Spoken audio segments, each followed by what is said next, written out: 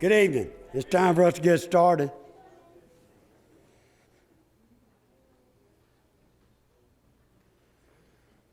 You getting as bad as that man following you. Let's open with a word of prayer. Father, Lord, I just thank you for this evening. God, I thank you for the beautiful day you've given us. Lord, I just thank you again for the opportunity to gather, to study your word, learn more about you, Father. God, I just pray tonight that we learn something to make us better servants in your kingdom. Father, I just thank you for this time, and I pray everything we do will bring glory and honor to you. For it's in Jesus' name I pray. Amen. All right, just going over the announcements real quick. Y'all seen the update list they want in the office. They need to get that updated and brought up back up to date. Vacation Bible School starts next week. Next week. That's just right there. So it's a lot of work has to be done yet, and they need some workers. So talk to Miss Dawn if you want to help. The rest of them you can read. The one that I want to mention is next Saturday. Wayne wants us to have another work day. It's a lot of work needs to be done around here. If you can't make it next Saturday, talk to Wayne and he'll assign you a job to do during the week. So then we need to get all these little things taken care of. So I'll be coming up one day. I got a threshold to change out. If you want to come help me, I'll be doing that. So, all right. Any other announcements? Roxanne? Where's Roxanne? Over there. You had one. Secret Sisters will be starting up again. Their papers out on the Welcome Center. It is Secret Prayer Sisters. Send a note, send a card, just letting them know that they're being prayed for. That's all it's going to be for this time. All right. And the Young at Heart's been moved back a week. So it's June the 15th, not the week before.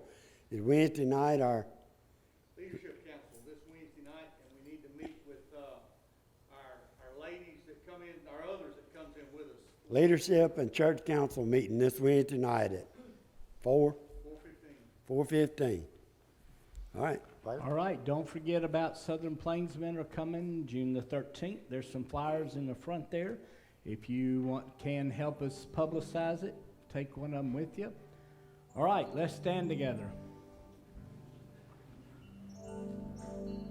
We have heard the joyful sound, Jesus saves, Jesus saves. Spread the tidings all around, Jesus saves, Jesus saves. Bear the news to every land, climb the steeps and cross the waves.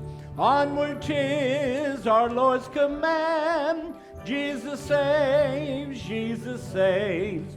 Rafted on the rolling tide, Jesus saves, Jesus saves. Tell that sinners far and wide, Jesus saves, Jesus saves.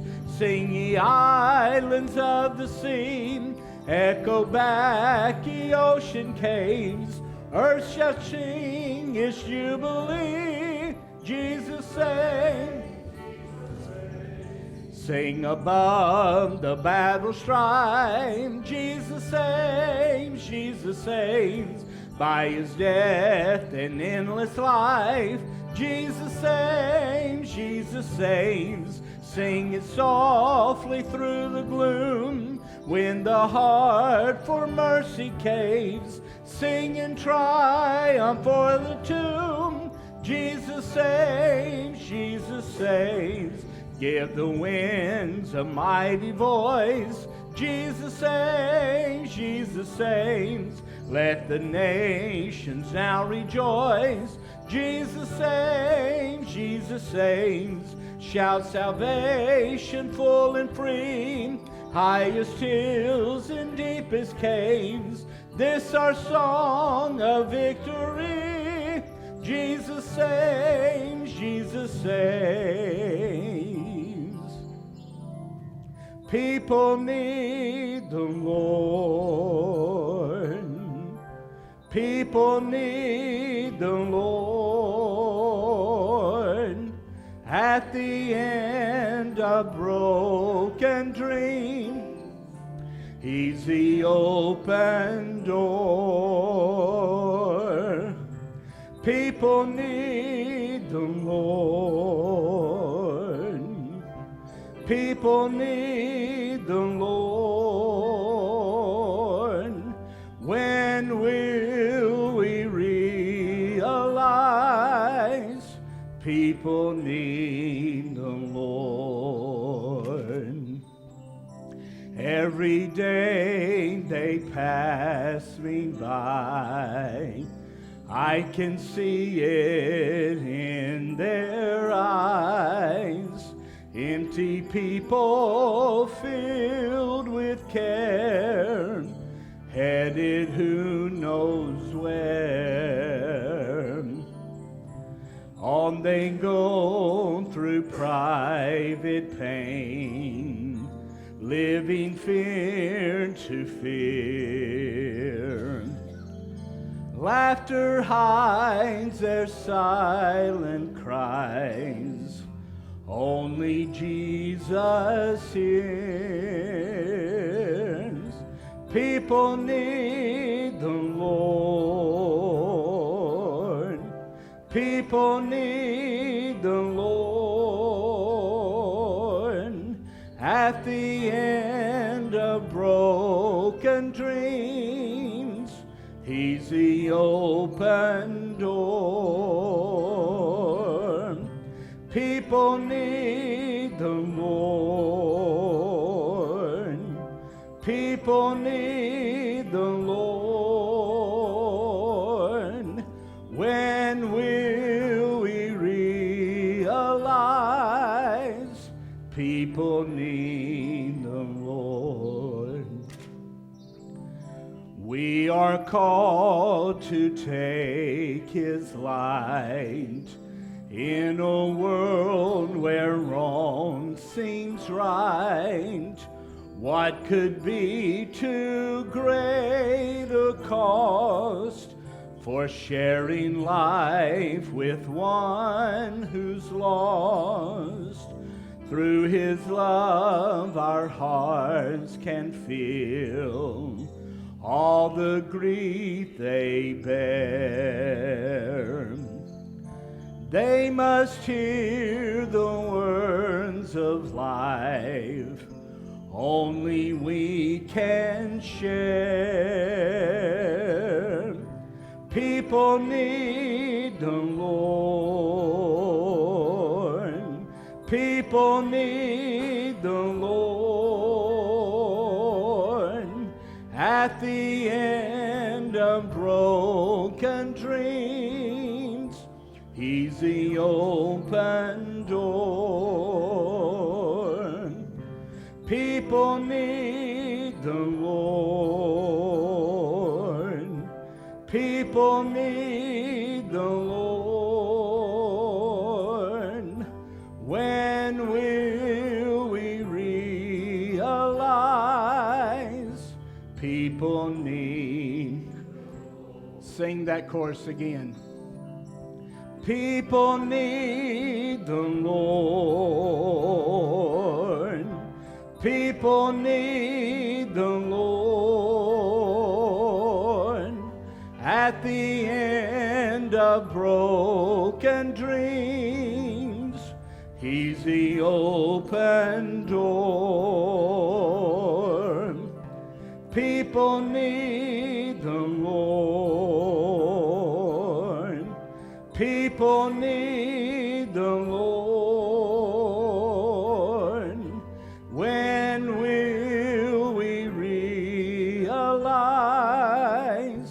people need the Lord? Y'all have a seat. Well, today we'd like to spend just a moment like we do each Sunday night in prayer, praying together, praying about the song we just sang, People Need the Lord. And that's what one of the things we want to do is make sure we're reaching our community for Christ. Bible school's coming up, starts next Sunday night. We're going to do it this year Sunday night through Wednesday night. And if I ask everybody here right now, how many of us really want to believe people need the Lord? How many of us would be willing to say, I'll do whatever? Well, let me tell you, some of that whatever will go on next week in Vacation Bible School. And it may make us humble ourselves. Ms. Dawn told me there's one area she needs some people to do.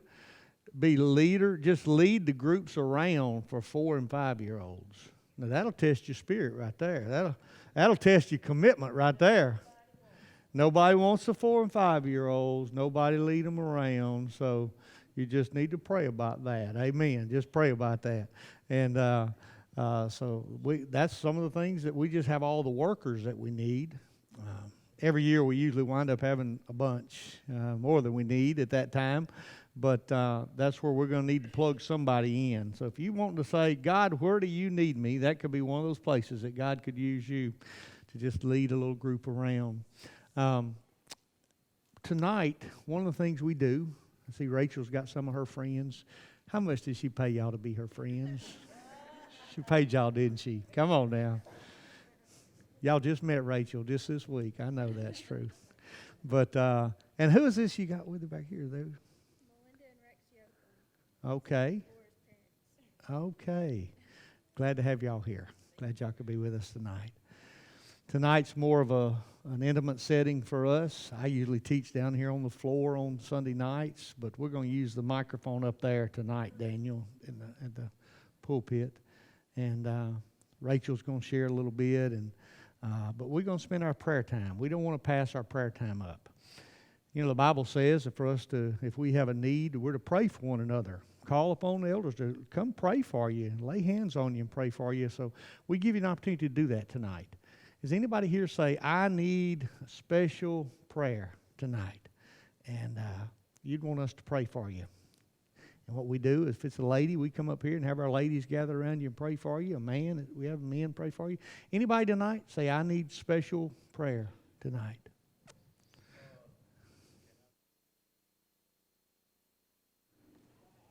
We are, as I prayed there, we are going to have the van running this next week. Starts next Sunday night. Don't forget, Sunday night through Wednesday night. 4 nights. Normally we do 5. We're going to do 4. And starts at 5:30 and it ends at 8 o'clock. Okay? I know next Sunday, Miss Dawn just wants to remind everybody to be here at what time?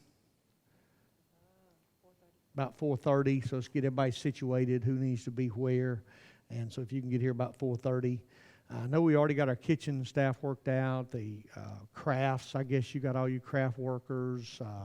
But there's a list out there in the foyer on that table. Just need some leaders and helpers in preschool areas. So, okay? All right. And again, we'll be running the van if you need to. You know, if somebody you know has kids and doesn't have a ride, we'll pick them up and take them home, okay? All right. Well, tonight, Danny?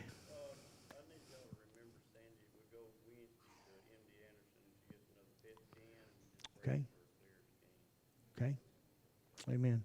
Pray for Sandy to get a good report this week on her cancer. Okay? Eddie?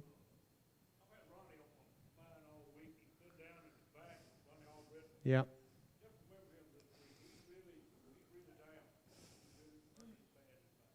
Okay.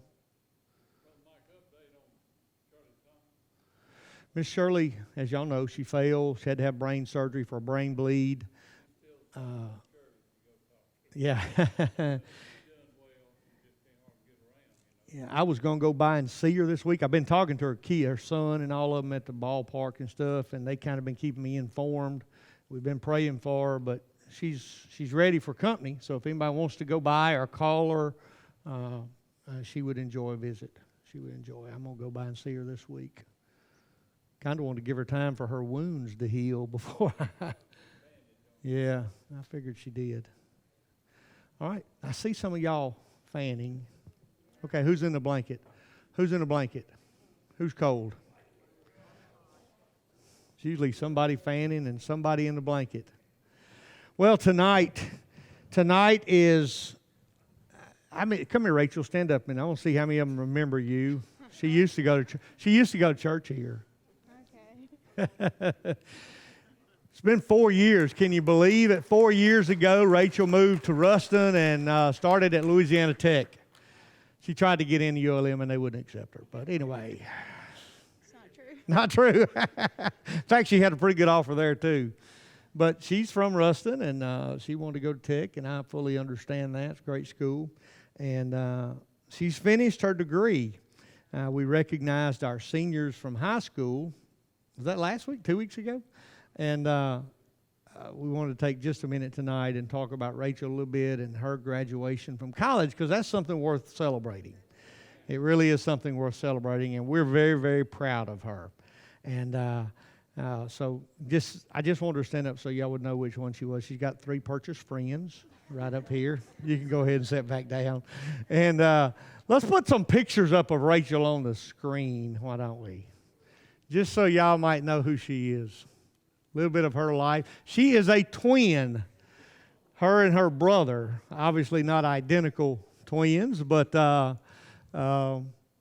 few years from now, they might just call them twins, because you can just pick what you want to be. So, in this day and time. So, but yeah, her and her brother, Jacob is his name. And next picture, go ahead, Daniel. Look at that. Can you tell she's an Elvis fan?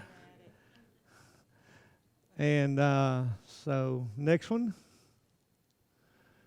And that's high school graduation. She did graduate from West Ouachita. Rachel came and lived. I was her pastor when we lived in Ruston, when I pastored in Ruston at Cook Baptist. And when Rachel was 10th, well, she actually came and stayed with us for a little while in what, 9th or 10th grade? For a few months, 9th and 10th grade.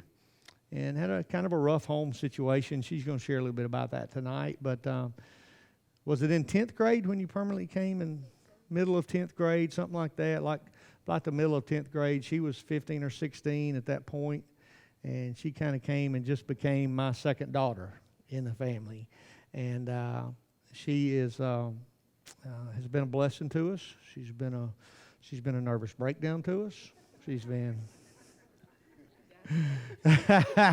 You knew that part of her, right? You saw that part of her. But and so she kind of became my other daughter and stayed with us. And I don't want to say too much in steal her thunder, because she's going to share a little bit. But I told her I would always be here for her. I'd always be a dad to her if she needed that. And she doesn't have a lot of contact, I guess, with mom and her real mom and dad, her natural mom and dad, but me and Miss Dawn are glad to be here for her if she needs us. Next picture, Daniel. That's my grandpuppy. Rogue is his name, and she loves him more than anybody else except Jesus. And that's Miss Kathy in that Saints picture with her, believe it or not. She worked with Miss Kathy for a long time, and they used to go to Saints football games and stuff like that. Next one. And then that's her Tech graduation picture. Is that the last one? Okay. That's the last one we put up. But just wanted you to have a chance to familiarize you if you didn't know Rachel and who she was, and just let you know a little bit about how we appreciate her and what God's done in her life. It's not been easy, folks. In fact, there's a lot of folks who've gone through things that Rachel's gone through, and she's going to share some of that with you, that wouldn't have come out of it probably very well. It's what leads to a lot of messed up lives and families today. And so because of that, I'm doubly proud of her, because she had it tough, and she's hung in there, stayed the course, and got things right. And so Rachel, why don't you come on up here? And I told her to take all the time she wanted to share. And so when you finish, let me know, okay? Okay. All right. I like Yeah. this. First of all, I saw this morning on the Yeah. live Facebook. Yeah. Did he tell y'all I didn't know everyone who was on Mount Rushmore? She didn't. That's a tech education. That's that for West you. Amen. Ouachita All right. education. All right. You said tell them how old I am? Yeah, I look like I'm 14. No, I just want to say first, thanks for having me. It really is an answered prayer. I'm not big on New Year's resolutions because those last about 3 minutes. And but one of the things I prayed for this year is that I would have the opportunity to share my testimony, because I know that it's the Lord's done a work in my life, and I believe that He can use me to just tell what He can do, what He has done. So yeah, I was born October 13th of 98, so that makes me 22. I'll be 23 later this year. I was one of 5. If y'all saw my twin brother, I was born pretty, after my younger sister was born about a year or so after me. My parents divorced, so it was a broken home from pretty much the beginning. But before I get into all that, I want to be pretty honest and pretty clear of who I believed God was for the first part of my life until a couple years ago. And who that was, it was a transactional relationship. I thought a lot of Him to be kind of like Santa Claus. To be honest, I mean, when there was a need, the church provided. When we needed a bill paid, they came and paid the bill. When we needed groceries, they provided groceries. When I needed a ride to something, they were there. And that was pretty much the extent of who He was for a long time. Because we would go to church at Cook Baptist in Ruston. And before that, we went in Bossier, where I lived for a little bit. And we would go to church on Sundays, and we'd sit in a pew, all of us, and we would sing the same songs that everyone else sang. And then when we got home, that's when kind of the shift, I saw the shift, and it didn't align with what we heard in the sermon that day. My mother's a drug addict. She's been one my whole life. And so when we got home from church, it was pretty immediate. She would go off and do her thing, and we would go off into all of our different corners or hideouts in the house, and that was just life for a long time. And when we did interact with each other, it usually wasn't good. There was a lot of yelling and just fighting, stuff like that. And I became pretty bitter of the church pretty early on. I saw, I would go to things with the youth or whatever it was, most of the time to get a meal or just to not be at the house. And I saw the families that were there. I saw the happiness that they had, and they were laughing, and they had 2 parents, and the siblings liked each other, like they had a good life, and that made me pretty bitter. And in turn, that made me bitter towards the Lord. I think I always knew He was real. I don't think I ever really doubted that He was real. I just didn't think that He wanted anything to do with me, and I really didn't want anything to do with Him. He kind of did His thing, and I would do my thing over here, and I thought we had some sort of arrangement, that's how it was going to be. And I kind of did that for a good while until my freshman year of high school. And my mother, Sarah, I was in Bossier. We were at my grandmother's house, the 3 of us. So it was my grandmother, Sarah, and me. And me and my grandmother went to bed that night, and Sarah went to bed. And me and my grandmother woke up, and Sarah didn't. She overdosed that night and tried to take her own life. She wasn't successful, thank the Lord. But me and my grandmother woke up that morning, and both of our lives had changed from that day. We knew it would never be the same. And I remember calling the Holloways that morning, and they were the first call I made before even the ambulance came. And I told them what my grandmother was telling the 911 dispatchers, and that was she was gone. 'Cause we didn't think she was alive when we found her. And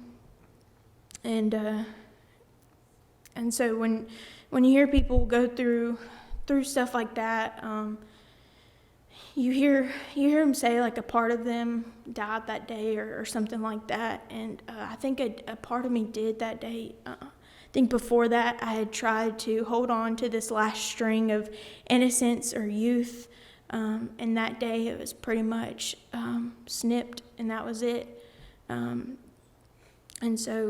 And that kind of, I lived with the Holloways for a couple months after that, just as a time to heal, a time to step away and breathe for a minute. And when I got back, life was exactly the same as it had been. And that's what led to my first drink. The end of that year, of that freshman year, one of my friends had a birthday party, and her parents, she picked a few of her friends, and they took us to Bossier in Shreveport, and we had a night out in town, and we went to a fancy restaurant, and we went bowling, and they got us a hotel room, and they were down the hall, and we thought we were all that. Like, we were free, we were playing music that had bad words, and we thought that was crazy. And then one of the girls pulled something out of their backpack, and it was a fifth of Jack Daniels, and she had like some Coke and stuff, and we got those little plastic cups that they have in the hotel rooms, and we started drinking. Really, we poured like a little bit in there just to be able to say what we were doing, and pretty soon, you start feeling it a little bit in your head, and they were having fun, and they went to bed that night and stopped, but I didn't. From that very first encounter with it, I poured me a couple more, and every time there was a little less Coke in there. And we woke up the next morning, and I look back and can smile a little bit now, but they were all pretending to have hangovers and putting like glasses and stuff on. I was throwing up in the car ride back to Ruston. I really did not feel good. But I didn't come back to Ruston that day and immediately go and get drunk. I was 14, probably looked like I was 9 and a half. So, no one was serving me. But something sparked that night, and it wasn't, it was just at that point in time, at that night when I was doing that, I wasn't the girl whose mom almost died, or the girl who had to go live somewhere else for a while, or I wasn't the daughter of an addict. I wasn't any of those things when I was doing that. I was just me, and I was whoever I wanted me to be. And really it didn't matter who I was, because I didn't care about anything when I was doing that. And I just remember feeling like that, remembering I wanted to feel like that again. So I mean, like I said, I didn't go out the next night and get plastered or whatever, but it was, I found opportunities whenever I could. I'd go over to people's houses, and I always carried a backpack, and if I saw their parents had stuff, I might take something that they may not know, and whatever it was. And that lasted for a little bit until it was either for sophomore or junior year of high school.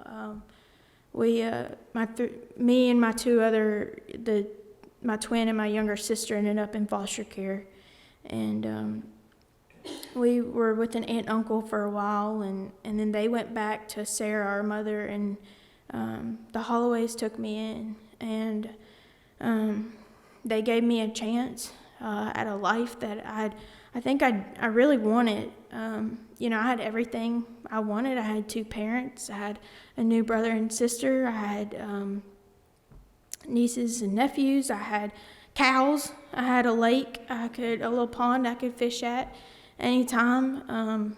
I got a driver's license. I mean, I had everything that I had wanted in life. I had grandparents, grandmas. I had everything, and it wasn't enough. It wasn't enough, and back then I got this idea in my head that if I drank more, then something would pop into my head, and that would be the thing I was missing. That if I drank more,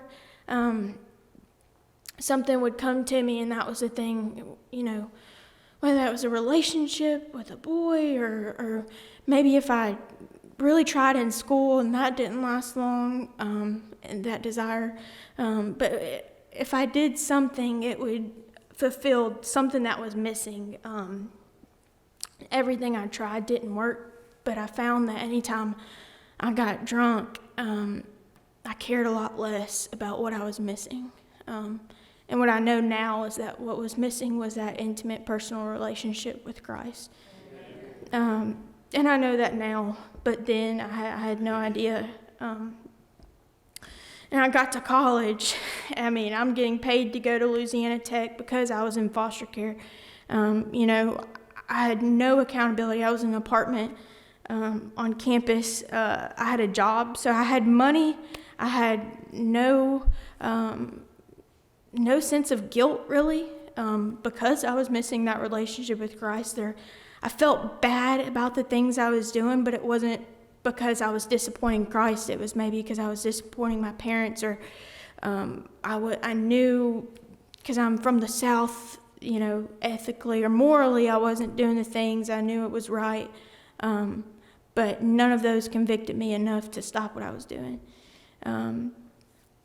And so I went to church enough at First Baptist Ruston to be seen by the pastor, because I knew that he would call and ask if I was at church, and so I wanted the pastor to recognize my face.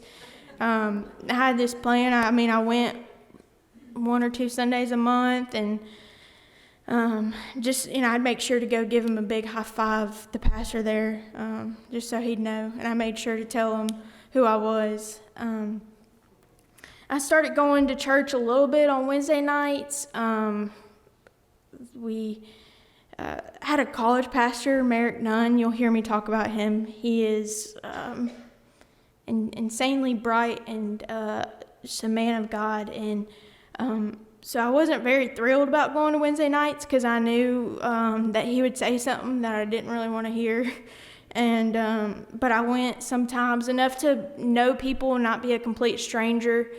But I ran for a really long time from plugging into a church or anything like that, because I like I said in the beginning, we had an arrangement of God would do his thing, and I would do mine.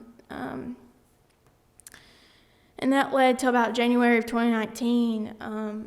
I started going to church more on Wednesday nights, and I ended up going, we went somewhere in Kentucky for like this little conference, and so I started becoming friends with these people, and I saw something different in them.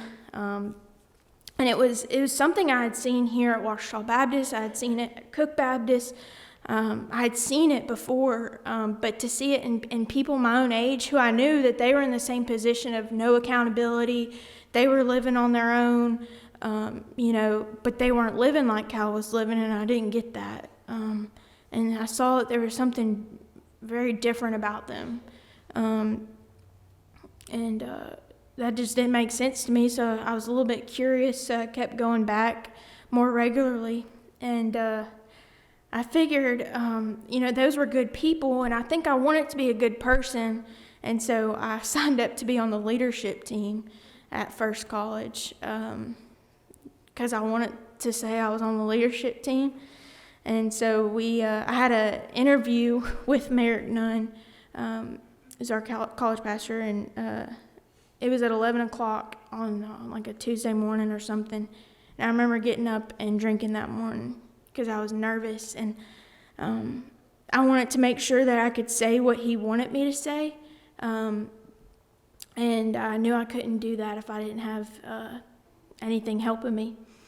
And he asked me, we chatted for a little bit, just small talked, and he finally asked me, did I believe in Jesus? And I said, yeah. When I was 13, I got baptized, and I even got a T-shirt. And I thought I was so clever and funny, and he kind of laughed a little bit, and he's like, but how do did you encounter Jesus that day? And I was like, I mean, I got a t-shirt. Yeah, I didn't really understand the question. But then he asked me, okay, because I said, yeah. He said, what fruits are being produced from your life? And I was in church long enough. I was a pastor's daughter long enough. I knew what fruits was. I knew that said somewhere in here about being patient and kind and all that. And so I opened my mouth to tell him something probably really profound and smart, and about how I'd volunteered here or did this or that. And I opened my mouth to say it, and nothing came out, which, if y'all know, for me is kind of crazy. But nothing came out. I was completely speechless for really the first and only time in my entire life. Because when he asked that, like, what fruits, there wasn't an answer that I could come up with that would make sense to him or me. Because when I looked at my life in just that minute of my head swirling, I didn't see any fruits. I was destructive. Anything that was in my path, I was destructive. With people, I'd put so much pressure, and I've put all of my problems on people because I didn't want to be alone in them, so I wanted other people to be miserable in them too, to where it drew people away, and then I'd get bitter that they walked away, and it was just this cycle of destructive behavior, and I knew that the answer that I had for that wasn't the one he wanted.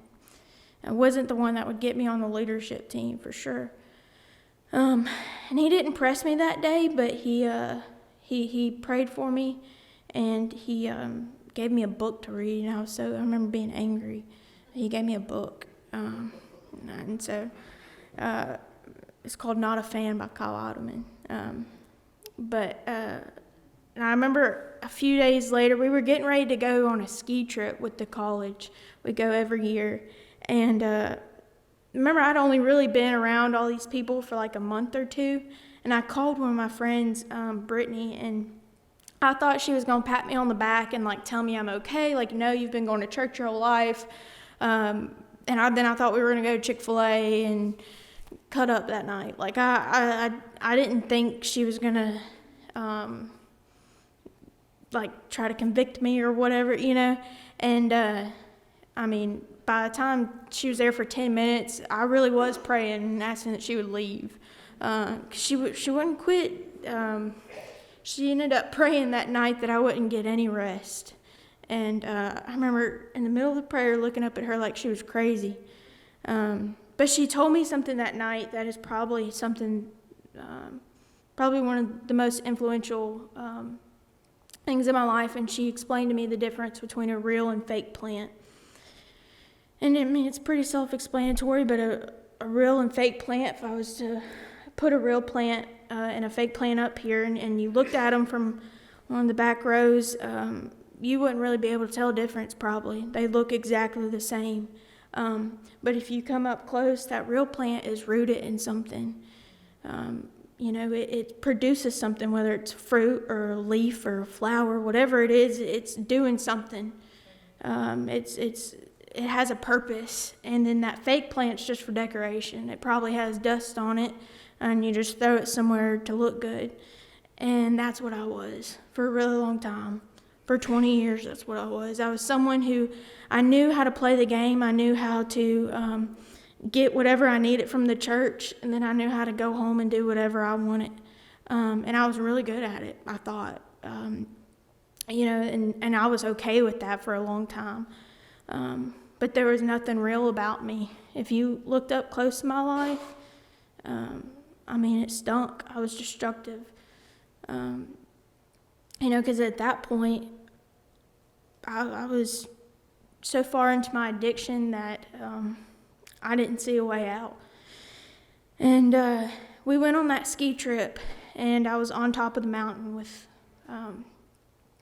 my best friend, and I had been avoiding her the whole week because I knew she was going to ask me about it. And finally, she trapped me on a ski lift. And if you know what that is, that's your only option is to sit there or fall down the mountain. And so I turned to her and I said, "I'm not a real plant." And she had no idea what that meant. And so she was confused. And I just told her, I was like, I don't have a personal relationship with him. I know he's real, but he's never been real to me.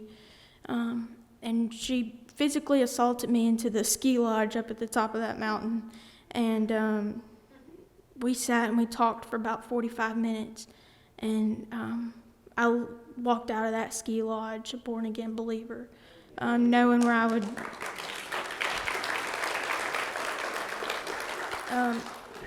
I knew that, I hear you say it a lot, I knew that I knew that I knew when I walked out of there that something was different. And that something was the Jesus that I'd been reading and hearing about my whole life. And I wish I could end it there and say that my life got better after that and everything worked out, my grades got better, all this, but that is not what happened. And it reminds me a lot of the Israelites, and I love the Israelites because they're so frustrating and they're so much me. But the Israelites were slaves in Egypt for a super long time. I'm not 400 or 500 years they were slaves in Egypt, and that's all they really knew is that slavery. And here comes Moses, and he not only takes them out and tells them they're not slaves anymore, but he says, "Hey, I'm taking y'all to this promised land because y'all are God's chosen people. Y'all are free." All this and that. And we see in Exodus 13, they're literally begging him to take them back and ask him why he did it. Why did you take me from Egypt? And that was me. I knew that on February 28th of 2019, that I gave my life to Christ and that I had a personal and intimate relationship with him for the first time. And I knew that the God that I was reading about was real and he loved me. And I knew that he was offering me this freedom and that I was free. But I didn't know how to not be a slave anymore. And I heard someone say it one time. They said the Israelites were saved from Egypt. They were taken out of Egypt, but the Egypt wasn't taken out of them. And that's how I was. And my addiction really honestly got worse because for the first time, I felt this real conviction, not just guilt or because I was doing wrong things, but it was this conviction of not only am I disappointing my family, I'm disappointing Christ. And that mattered to me for the first time. And so I drank more to cover up that conviction. And I hurt a lot of people in those months. And I was hurting bad because I wanted out. And I knew that there was this freedom, and I didn't know how to get it. And that's what led me to October 22nd of 2019, the last day I drank. And it wasn't a great day, but it was the last day that I drank. And a few days later, I ended up in a 3-month treatment program called Home of Grace in Ouachita, Mississippi. And I spent 3 months there, and it was tough. I got one 15-minute phone call a week. I had to write letters to my friends and family, and I didn't even really want to talk to a lot of them because I was so ashamed of what I had done, where I had gotten. Because my whole life I had one goal, and that I didn't want to be Sarah. I didn't want to be my mother. And a lot of the times I justified what I was doing because I wasn't a drug addict. I drank some, and I thought that was better. I thought, I was better than her because I didn't have family I was destroying. But I was destroying everyone around me. And I spent that time at Home of Grace, and I really learned and I studied the Word sober for the first time, really. And man, he spoke to me, and And I knew that when I left there, I could never go back to what I was before. Because I wanted this connection with him. I wanted this freedom. I knew that he had chose me to live in freedom, and I didn't want to go back to being a slave again. And so since then, I've been in recovery. I'm an active member in AA. I go a couple nights a week at least. I've been able to share my story there once, and I'm doing it again this next week. I've been able to invite people to church, and I love it. I have this community that's like me, but also I'm able to see the Lord in that too. I want to end with Mark 6. It's something I've just read this past week because it kind of just hit me in the face. And it's the disciples who I've also gotten frustrated with here recently. They had just witnessed Jesus feed 5,000 people, and he had told them to go to the boat, and they were in the water, and the storm comes, and they're all freaking out, and they're scared. And it says in verse 49 of Mark 6, "But when they saw him walking on the sea, they thought it was a ghost and cried out, for they all saw him and were terrified.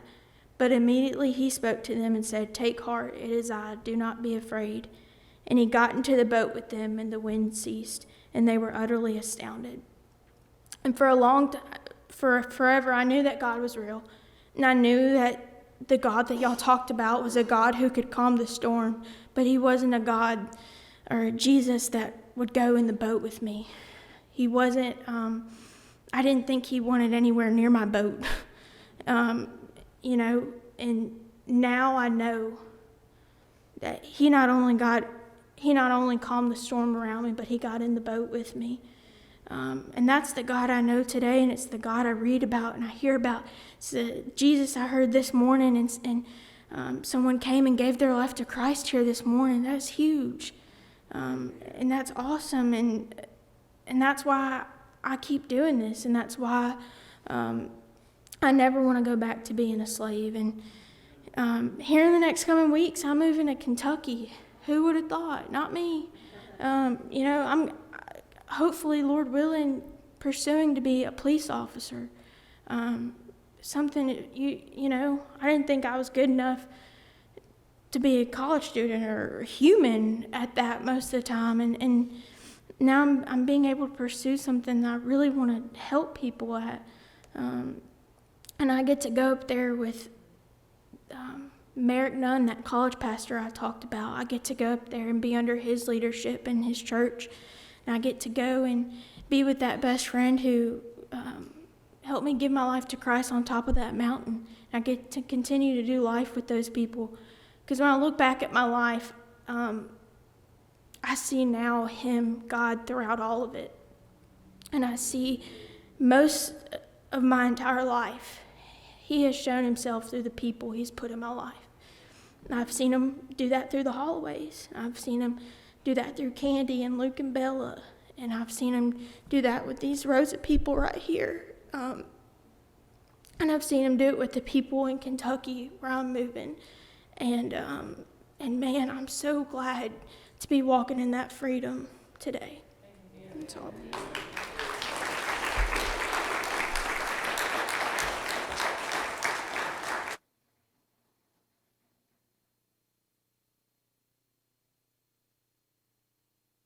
It's the first time we've heard a lot of the story, a lot of the details of the story. We knew the big picture, and we're very proud of Rachel. She's come a long way. She could have fallen off the cliff the other direction, but God drew her closer and closer. You may be that. You may be like her. You may be an artificial plant instead of the real deal. That's been a great learning lesson. Of course, she got a tattoo on her arm about that. It says she was a real plant, and I'm still not over that.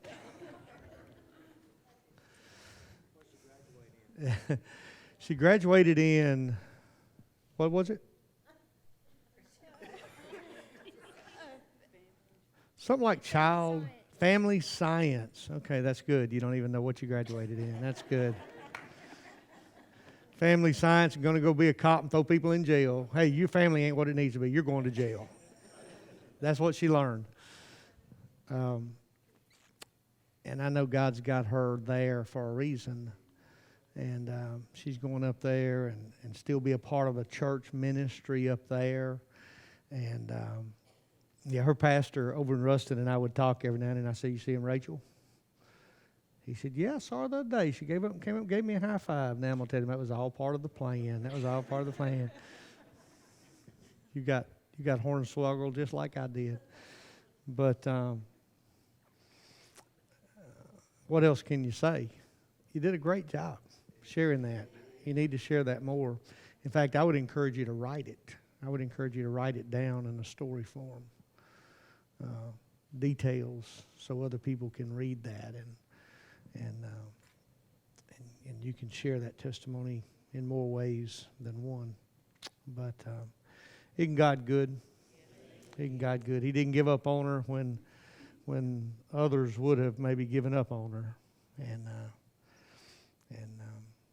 had I known everything she was doing, she wouldn't have got to get saved because I'd have killed her back then. I'd have knocked her in the head. Just joking.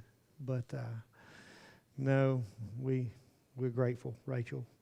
I have something for you, and what I want to give you is to make sure you have a good, complete Bible study software for your computer that I want to put on your computer. I want to give you that and commemorate this day of your graduation, okay? Because I think that's what you need more than anything else. And so we want to make sure you have that on your computer.